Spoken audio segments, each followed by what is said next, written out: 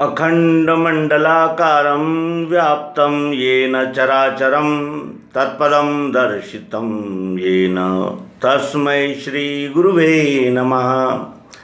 अज्ञानान्धस्य लोकस्य ज्ञानाञ्जनशलाकया चक्षुरुन्मीलितं येन तस्मै श्रीगुरुवे नमः।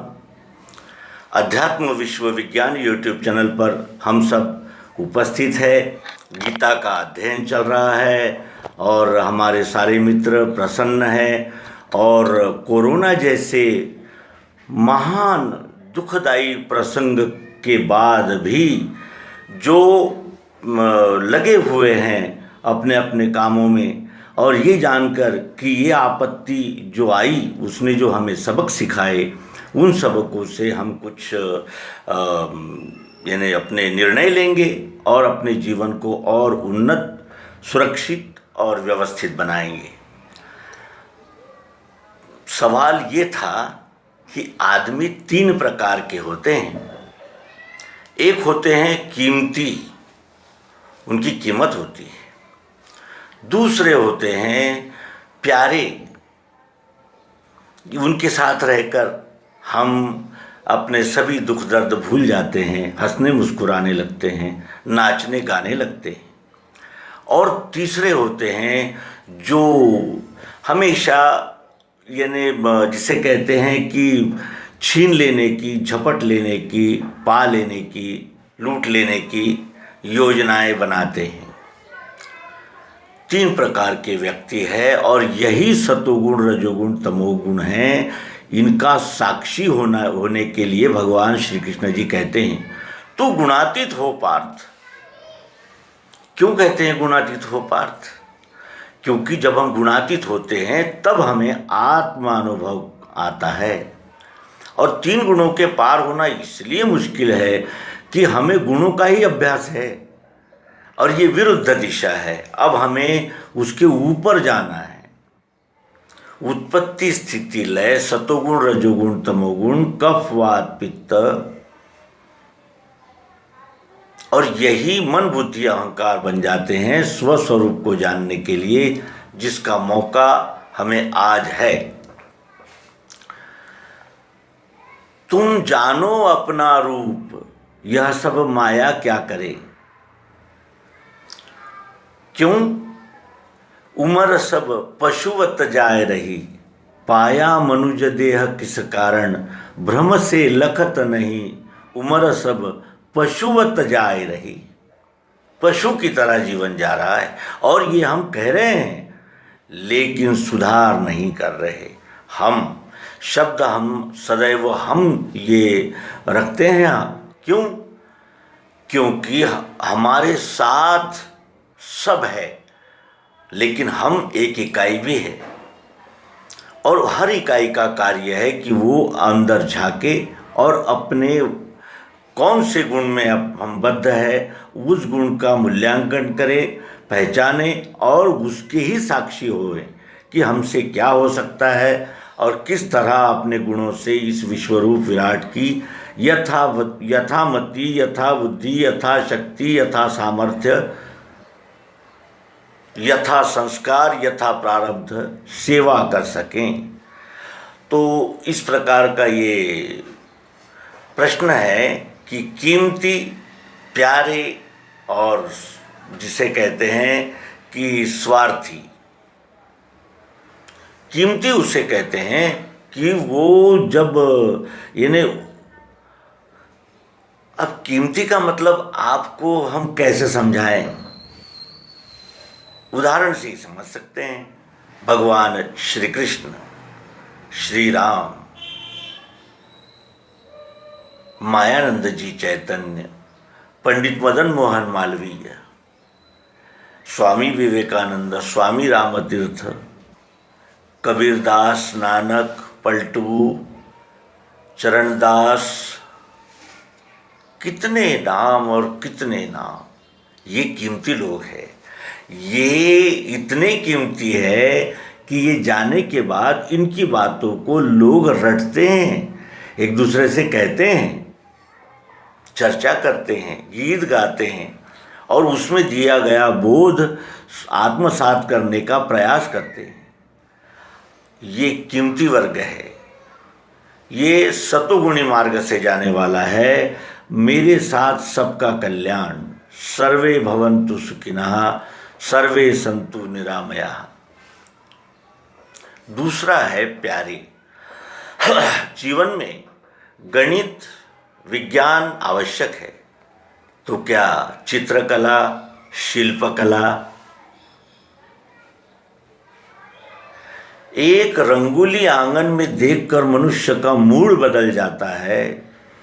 इतना शक्तिशाली मानसिक शक्ति संपन्न ऐसा ये पार्ट है कला, जो मनुष्य को अनेक दुखों में दिलासा देता है। उसके लिए एक नशा का कार्य करता है, जिसे मनोरंजन भी कहते हैं। और ये मित्र हमें जब मिल जाते हैं तो हम अपने सारे दुख दर्द भूल जाते हैं और हंसने मुस्कुराने लगते हैं। और वो भी इतनी प्यारी बातें करते हैं कि स्वयं को ही मजाक बना देते, दूसरे की मजाक कभी नहीं उड़ाते। वो अपने ही ऊपर एक विनोद निर्माण करके उस महफिल में हंसी के फव्वारे छुड़ा देते हैं और मनुष्य सारे दुख दर्द भूल जाता है। और ये जीवन कैसा है, उतार चढ़ाव भरा है। अगले ही पल कौन सा प्रसंग है ये हम नहीं बता सकते। विश्व का कोई भविष्यवक्ता अगले पल के विषय में नहीं बता सकता। तो कहने का आशय यह है कि ये 3 प्रकार के लोग हैं। अब प्रकार नंबर 3 जो है वो तमोगुणी कहलाता है। तमोगुणी का अहंकार मजबूत होता है, हठ करना, मोह में रहना और हमेशा अपने आप को ही केंद्रित जीवन जीना, इस प्रकार का वो जीवन होता है। तमोगुणी जीवन अत्यंत दुख भरा और भय से भरपूर होता है। और ये जीवन यानी जैसे हर व्यक्ति माँ के कोख से ही निकलता है, चाहे वो राष्ट्रपति हो या कोई धर्मात्मा हो या कोई अवतार हो। क्या वहाँ ये है यानी एसी है, वो क्या है वहाँ 9 महीने जो पकता है वो बच्चा, और वो भी उल्टा लटक कर पकता है। आने वाला हर जारज खानी का प्राणी है न? लेकिन वो एक ऐसे हो जाते हैं कि उनके आदर्शों पर, उनके उपदेशों पर लोग चलने का प्रयास करते हैं। महान भगवान श्री कृष्ण, श्रीमद् भगवत गीता। तो कहने का आशय यह है कि तमोगुणी भी अगर शुद्ध होता है तो वो भी विश्व सेवा के काम में आता है। तमोगुण ये सदैव जागृत रहता है। अगर जैसे ये एक प्लग है, क्लिक हो जाए तो वाली का वाल्मीकि बनने में और अंगुलीमाल का परिवर्तन होने में कोई अंतर नहीं होता, कोई समय नहीं लगता, ठोकर की बात होती है। तो तमोगुण जब शुद्ध हो जाता है तब वो पलटता है, यानी शुद्ध और मलिन। अब इसमें भी 2 प्रकार है, कीमती में भी 2 प्रकार है। क्या हमें लता मंगेशकर हमारे लिए कीमती नहीं है? तो क्या भगवान श्री कृष्ण गीता हमारे लिए कीमती नहीं है? कीमती है, लेकिन 2 प्रकार है। एक जीवन से संबंधित है, दूसरा मन को रिझाने से, मनोरंजन से संबंधित है। हालांकि दोनों महान है, दोनों कीमती है। लता मंगेशकर भारत का सांस्कृतिक सांगीतिक वैभव है।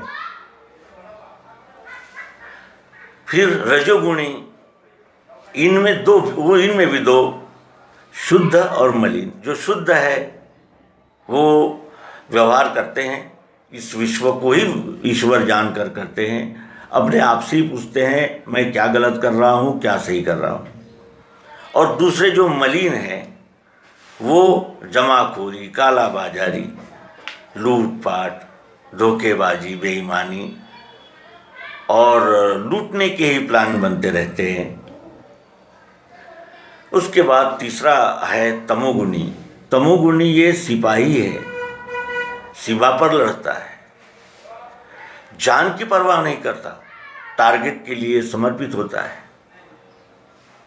दूसरा जो मलिन तमोगुण ये है, वो अत्यंत निकृष्ट चांडाल का जीवन जी रहा है और जीता है और जीना पड़ता है, क्योंकि ये जीवन ही विकास का नाम है।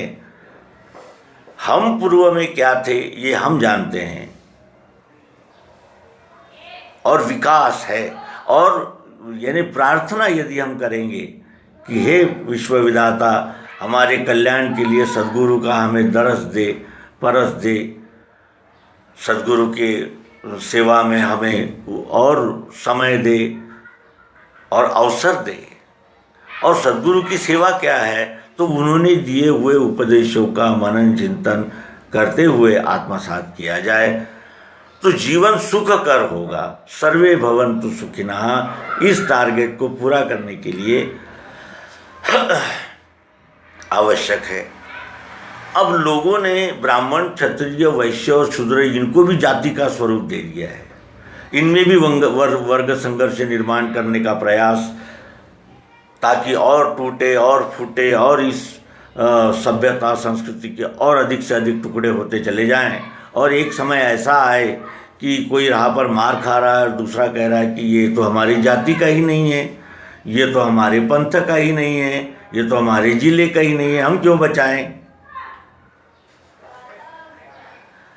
ऐसा हो सकता है, और ऐसा जिस दिन हो रहा और या हो जाएगा, उस दिन विश्व का विधान, जो ये विधाता है, जो स्वयंभू है, ये विधान उसे क्षमा नहीं करेगा।